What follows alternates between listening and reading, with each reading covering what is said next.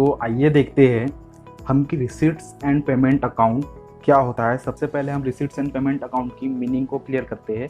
Receipts and payment account क्या होता है? सो रिसीट्स एंड पेमेंट अकाउंट मतलब प्राप्ति भुगतान खाता। प्राप्ति मतलब जितनी भी हमें कैश प्राप्ति हो रही है। अब इसके अंदर जो रिसीट्स एंड पेमेंट अकाउंट में है वो बिल्कुल, अगर हम बात करें किसके बेस पे बनाया जाता है, रिसीट्स एंड पेमेंट अकाउंट किसके बेस पे बनाया जाता है, तो ये बनाया जाता है कैश बुक जो होता है, कैश बुक जो होता है उसके बेस पे बनाया जाता है। कैश बुक की क्या है, समरी है रिसीट्स एंड पेमेंट अकाउंट। मतलब कैश बुक में हम जितनी भी एंट्री करते थे उसको लॉन्ग मतलब हर मंथ के हिसाब से डेट वाइज करते थे, और इसी में रिसीट्स एंड पेमेंट अकाउंट में आके हम उसको पूरे एक होल ईयर में ट्रांसफ़र करके मतलब एक साल के हिसाब से हम लिख देते थे। मतलब अगर हम कैश बुक में जाए तो हम सैलरी देने की एंट्री हमने कितनी बार साल में, एक साल में 12 बार करी, और कैश बुक में हमने 12 बार सैलरी दी। मतलब 1,000 रुपये हम मानते हैं कि हमने सैलरी दी और 12 बार दिए मतलब 12,000 रुपये। बल्कि कैश बुक में क्या हुआ था, कैश बुक में क्रेडिट साइड में हमने एंट्री क्या कर दिया था, मतलब जनवरी के लिए हमने 1 जनवरी को हमने क्या जैसे सैलरी दिया 1,000 रुपये, फिर 1 फरवरी को दिया 1,000 रुपये। ऐसे करके हमने कंटिन्यू 12 बार एंट्री करी होगी कैश बुक में, और कैश बुक में हमने 12 बार एंट्री करी। लेकिन जब हम रिसीट्स एंड पेमेंट अकाउंट बनाएंगे तो वहाँ पर सिर्फ हम एक बार पेमेंट साइड में सैलरी लिख देंगे और वहाँ पे अमाउंट 12,000 रुपये लिख देंगे। मतलब एक कैश बुक के बेस पे बनाया जाता है। इसके बाद सबसे पहला एक पॉइंट हम लिखे तो क्या है, कैश बुक के बेस पे बनाया जाता है। कैश बुक का क्या है, समरी है।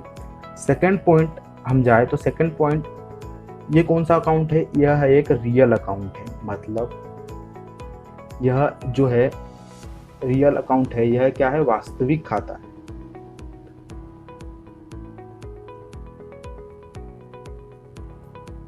तो रिसीट्स एंड पेमेंट अकाउंट क्या है, कैश बुक के बेस पे बनाया जाता है और साथ साथ यह एक रियल अकाउंट है। और रियल अकाउंट का रूल क्या होता है, debit words come in and credit out goes out. ये रियल अकाउंट का रूल। इसके हिसाब से ये दूसरा पॉइंट हमने क्या क्लियर कर लिया कि यह कैश बुक से बनाया जाता है, यह कैश बुक से बनाया जाता है, और दूसरा पॉइंट यह रियल अकाउंट और यह एक वास्तविक खाता है। प्राप्ति भुगतान खाता जो है वो नॉन प्रॉफिट ऑर्गेनाइजेशन संस्था द्वारा बनाया जाता है, और यह किसके बेस पे बनाया जाता है, कैश बुक के या कैश अकाउंट के बेस पे बनाया जाता है। इस खाते में हम क्या करते हैं, समस्त प्राप्तियों का लेखा करते हैं और समस्त भुगतानों का लेखा करते हैं। इसके बाद हम देखें तो क्या ये कैश बैलेंस को फाइंड करने के लिए बनाया जाता है। कैश बुक को फाइंड करने के लिए बनाया जाता है। तो थर्ड पॉइंट क्या हो जाएगा हमारा, कैश बैलेंस को फाइंड करने के लिए बनाया जाता है। हमारे पास कितना कैश बैलेंस बचा है, मतलब हमारे पास ओपनिंग कैश बैलेंस कितना था और अभी क्लोजिंग में कितना है, इसी बात को पता करने के लिए क्या बनाया जाता है, receipts and payment account. Closing cash balance कितना है इसके लिए हम रिसीट्स एंड पेमेंट अकाउंट बनाते हैं। अब देखते हैं रिसीट्स एंड पेमेंट अकाउंट का क्या फॉर्मेट होता है। तो चलिए रिसीट्स एंड पेमेंट अकाउंट का फॉर्मेट देखते हैं। पेमेंट अकाउंट का फॉर्मेट होता है वो कुछ इस तरीके से होता है। सबसे पहले हम क्या लिखते हैं, क्लब का नेम, जिस क्लब का हम बना रहे हैं उस क्लब का नाम जो दिया हो, जैसे ए क्लब दिया हुआ हो, जेड क्लब, जो भी क्लब का नाम हो, सबसे पहले हम वो लिखेंगे क्लब का नेम। उसके बाद हम लिखेंगे अकाउंट का नेम। अभी हम कौन सा अकाउंट बना रहे हैं, रिसीट्स एंड पेमेंट अकाउंट, तो हम यहाँ पे रिसीट्स एंड पेमेंट अकाउंट लिखेंगे। उसके बाद जो थर्ड पॉइंट होगा, थर्ड पॉइंट में हम क्या लिखेंगे, किस डेट को बनाया जा रहा है, फॉर द ईयर एंडिंग, जो भी डेट दिया हुआ हो, 31 मार्च 2020 हो तो हम वो लिखेंगे, या 1 अप्रैल 2020 या 19 जो भी हो हम वो यहाँ पे लिखेंगे। तो एक चीज़ क्लियर हो गया, सबसे पहले हमने क्या लिखा, क्लब का नेम, इसके बाद हमने लिखा रिसीट्स एंड पेमेंट अकाउंट, उसके बाद लिखा हमने date for the year ending और जो भी डेट दिया हुआ हो। फॉर्मेट इसका काफ़ी सिंपल है, कैश बुक के बेस पे बनाया जाता है। कैश बुक का समरी है, यह एक तरीके का रियल अकाउंट है, जैसा रियल अकाउंट में रूल लगता है उसी तरीके से यहाँ पे रूल लग के पोस्टिंग हो जाएगा। उसके बाद बस इसमें 4 कॉलम होते हैं। सबसे पहला कॉलम जो होता है पर्टिकुलर का, इसमें हम सभी रिसीट्स को लिखते हैं। जो डेबिट साइड होता है वो क्या है, पर्टिकुलर का जो पहला कॉलम, उसमें हम क्या लिखेंगे, सभी जितनी भी प्राप्ति है, कैश प्राप्ति। अब इसमें जितने भी पोस्टिंग की जाते हैं, जितने भी पोस्टिंग की जाती है वो क्या होना चाहिए, नगद होना चाहिए, कैश में होना चाहिए। तो receipts and payment account cash account या कैश बुक के बेस पे बन रहा है, तो जाहिर सी बात है कि इसके अंदर जितने भी ट्रांजेक्शन होंगे वो कैसे होंगे, या तो कैश के ट्रांजेक्शन होंगे, पूरे कैश के ट्रांजेक्शन इसमें पोस्टिंग होंगी। उसके बाद दूसरा वाला जो कॉलम होता है ये होता है अमाउंट का। इसके अंदर जितनी भी हमारे रिसिप्ट्स के जो अमाउंट है वो हम यहाँ पे लिखते हैं। उसके बाद जो थर्ड कॉलम होता है पर्टिकुलर का, उसमें हम पेमेंट लिखते हैं।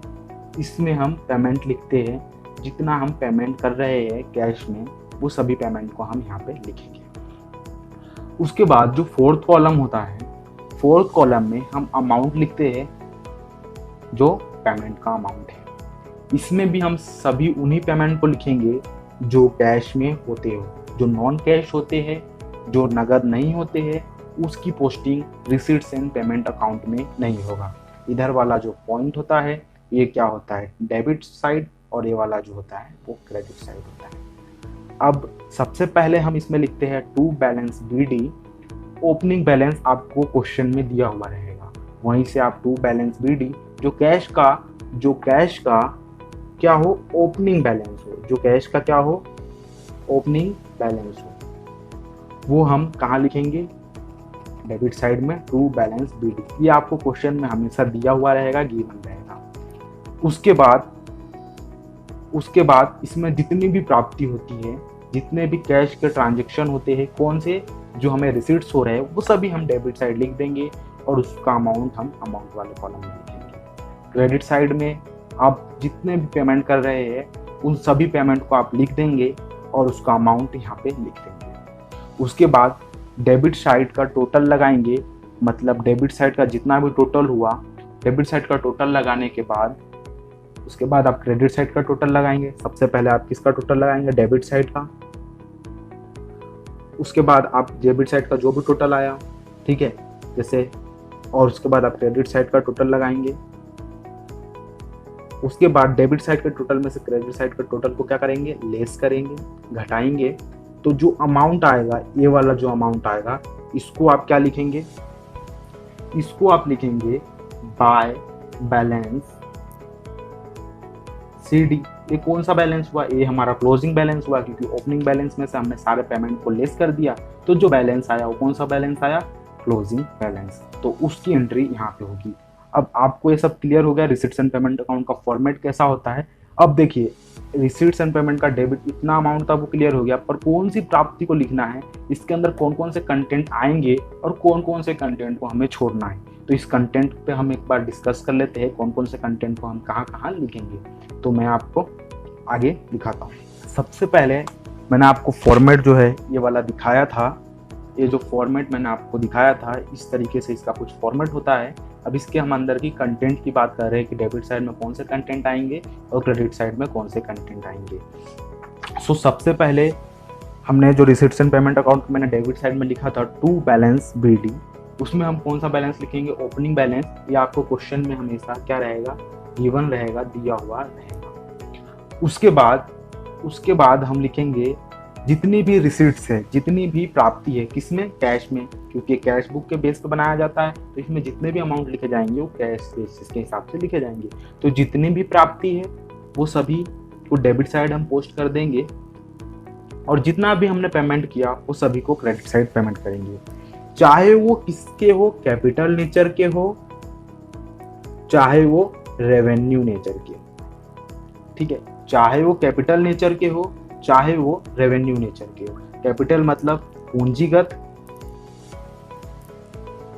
और रेवेन्यू मतलब आगमगत।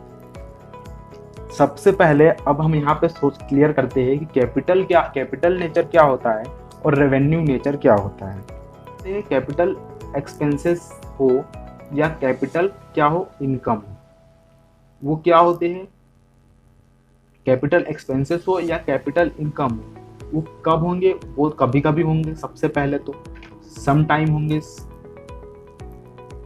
या वन टाइम होगा, कभी कभी होगा। वो सब किस में आ जाएंगे?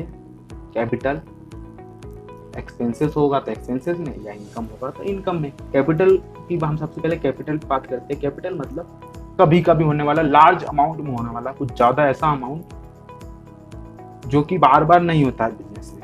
जैसे कि हमने बिल्डिंग परचेस की, वो क्या है? हमारा कैपिटल एक्सपेंसेस हो गया। या हमने बिल्डिंग को सेल की, वो क्या हो जाएगा? हमारा कैपिटल इनकम हो जाएगा। उसी प्रकार से जो रेवेन्यू इनकम या जो रेवेन्यू एक्सपेंसेस होता है, जो रेवेन्यू इनकम या रेवेन्यू एक्सपेंसेस होता है, वो क्या होते हैं? बार बार होते हैं, डेली बेसिस पे होता है। वो क्या होता है? डेली बेसिस पे होता है। जैसे आपको फीस मिल गई तो क्या होगा? क्या होगा? ये होगा हमारा रेवेन्यू इनकम। या आपने रेंट पे किया है, आप हर मंथ करते हैं, उसके बाद आपने कुछ इलेक्ट्रिसिटी चार्ज को पे कर दिया, तो ये सब क्या है? डेली बेसिस पे होते हैं, रोज होते हैं, हमेशा होते हैं, बार बार होते हैं वो रेवेन्यू। और जो कभी कभी होते हैं वो कैपिटल नेचर के इनकम या एक्सपेंसेस होंगे। सो आपको कैपिटल एक्सपेंसेस और कैपिटल इनकम तो आपको क्लियर हो चुका है, और रेवेन्यू इनकम या रेवेन्यू एक्सपेंसेस क्लियर हो चुका है। उसके बाद हमने 3 पॉइंट तो हमने पढ़ लिया, 3 पॉइंट हमने क्लियर किया कि सबसे पहले हम ओपनिंग बैलेंस लिख देंगे। उसके बाद जितनी भी रिसीट्स हुई, चाहे वो कैपिटल हो चाहे वो रेवेन्यू नेचर की हो, वो सभी को लिख देंगे। और तीसरे पॉइंट पे हमने कहा सारे पेमेंट को लिख देंगे, जो कैश में हो, किस में, चाहे वो रेवेन्यू हो चाहे वो क्या हो, कैपिटल हो। इसके बाद जो 4th पॉइंट है, यहाँ से मैं 3 पॉइंट ड्रॉप कर रहा हूँ। जो 4th पॉइंट है, 4th पॉइंट में हम लिखेंगे, 4th पॉइंट में इसमें डेप्रिसिएशन की जो एंट्री होती है, डेप्रिसिएशन की जो एंट्री होती है, उसको हम नहीं करेंगे। क्यों नहीं करेंगे? क्योंकि डेप्रिसिएशन कैश में नहीं होता है। हमने क्या करा? बिल्डिंग की वैल्यू कम की। बिल्डिंग की वैल्यू जैसे कि पहले 10,000 रुपये थी, हमने उसको हमने क्या लगा दिया? उस पर डेप लगा दिया। बिल्डिंग की वैल्यू 10,000 रुपये थी, हमने 10% क्या लगा दिया? डेप लगा दिया। मतलब 1,000 रुपये, 1,000 रुपये हमने, मतलब बिल्डिंग की वैल्यू 10,000 थी, हमने 10% डेप लगाया। उसके बाद बिल्डिंग की नई वैल्यू कितनी हुई? 9,000। ये 1,000 डेप्रिसिएशन तो है, हमारे लिए एक तरीके का लॉस है, लेकिन इसकी एंट्री इसमें रिसीट्स एंड पेमेंट अकाउंट में होगी क्या?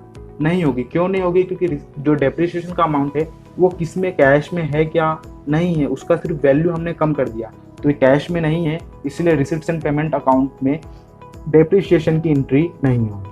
मतलब इसमें जितने भी एंट्री होंगे वो सब कैश में होने चाहिए, तो ही होंगे, चाहे वो प्राप्ति हो या भुगतान हो।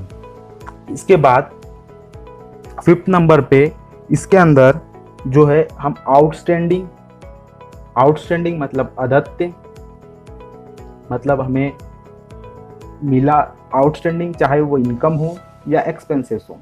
आउटस्टैंडिंग का वर्ड हम जब भी आएगा, आउटस्टैंडिंग की एंट्री भी नहीं होगी, क्योंकि आउटस्टैंडिंग भी कैश में नहीं हुआ है, हमें या तो मिला नहीं है या हमने उसे पे किया नहीं है। तो आउटस्टैंडिंग भी क्या है? कभी भी कैश में नहीं होता है, तो आउटस्टैंडिंग की एंट्री भी इसमें नहीं होगा।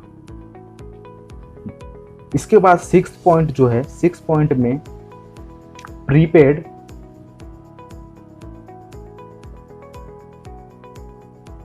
मतलब पूर्वदत्त। हमें इस साल की इनकम नहीं है, प्रीपेड मिल चुका, हमें पहले ही इनकम मिल चुका है। जैसे हमने उनको सर्विस दी नहीं, और क्या हमें इनकम पहले ही मिल चुका है, प्रीपेड था। अभी हमने उनसे सर्विस नहीं ली, हमने उन्हें पहले ही पे कर दिया। बल्कि ये क्या, अमाउंट तो कैश में हो चुका है, हमारे पास से कैश या तो चला गया है या हमारे पास कैश आया है। रीपेड या अनअर्न्ड की बात करें, ठीक है, तो ये क्या है? कैश में हो रहा है, क्योंकि कैश या तो हमारे पास से चला गया है या हमारे पास कैश आ गया है। तो इसकी एंट्री जो है रिसीट्स एंड पेमेंट अकाउंट में होगी। क्यों होगी? कि हमारे पास कैश क्या हो चुका है, चला गया है, या हमारे पास आ गया है। प्रीपेड मतलब पूर्वदत्त, हमने काम की सर्विस लेने के पहले ही हमने पेमेंट कर दिया। या अनअर्न्ड इनकम मतलब हमने कुछ काम किया नहीं, हमने उनको सर्विस दी नहीं, और हमें उनसे पहले ही इनकम क्या हो चुकी है? रिसीव हो चुकी है। तो इसकी एंट्री हमें रिसीट्स एंड पेमेंट अकाउंट में करनी पड़ेगी। इसके बाद हम कुछ भी, जितने भी कैश में, या तो हम कुछ परचेस करें तो हमारे पास से कैश जाएगा तो हम उसकी भी एंट्री क्रेडिट साइड में करेंगे। सो ये इसका अंदर के जो कंटेंट है, ये कंटेंट बेसिक सा बस सिंपल सा आपको मैंने फॉर्मेट, ये वाला फॉर्मेट दिखाया था। अब इसके अंदर कौन कौन से कंटेंट आएंगे ये भी आपको क्लियर हो चुका है। इसके बाद जो 6-7 पॉइंट पे हम क्या करेंगे, डेबिट साइड की टोटल में से हम क्या करेंगे, क्रेडिट साइड की टोटल को लेस कर देंगे, जो अमाउंट आएगा उसे क्या कर देंगे, बाय बैलेंस सीडी के नाम से नोट डाउन कर देंगे और उसमें अमाउंट लिख देंगे। हमारा क्लोजिंग बैलेंस हमने क्या कर लिया, पता कर लिया। तो ये इसका कुछ फॉर्मेट था। इसके अंदर की कंटेंट पे भी हमने पूरा डिस्कस कर लिया कि क्या कैसा है पूरा income receipts and payment account बनता है। ओपनिंग बैलेंस हमने क्लोजिंग बैलेंस तक का पूरा प्रोसेस हो चुका है। यही इसका सिंपल सा प्रोसेस है, इससे आप रिसीट्स एंड पेमेंट अकाउंट बना लेंगे। इसके बाद हम इसके कुछ क्वेश्चन सॉल्व करते हैं। तो इस वीडियो में इतना ही। अगले वीडियो में हम इसके जो न्यूमेरिकल क्वेश्चन है रिसीट्स एंड पेमेंट अकाउंट को उसका सॉल्व करेंगे। और आप लोग मुझे कमेंट में ज़रूर बता दीजिएगा कि आप कौन से राइटर की बुक्स आप स्टडी कर रहे हैं, तो उस राइटर के हम क्वेश्चन ले लेंगे जिससे आपको सोल्यूशन आपको भी अच्छे से समझ में आएगा। सो इस वीडियो में इतना ही। अगले वीडियो में मिलते हैं। इस वीडियो को शेयर कर देना अपने दोस्तों के साथ, लाइक कर देना अगर अभी तक आपने लाइक नहीं किया, और चैनल को सब्सक्राइब कर लेना। इस वीडियो में इतना ही। जय हिंद, वंदे मातरम।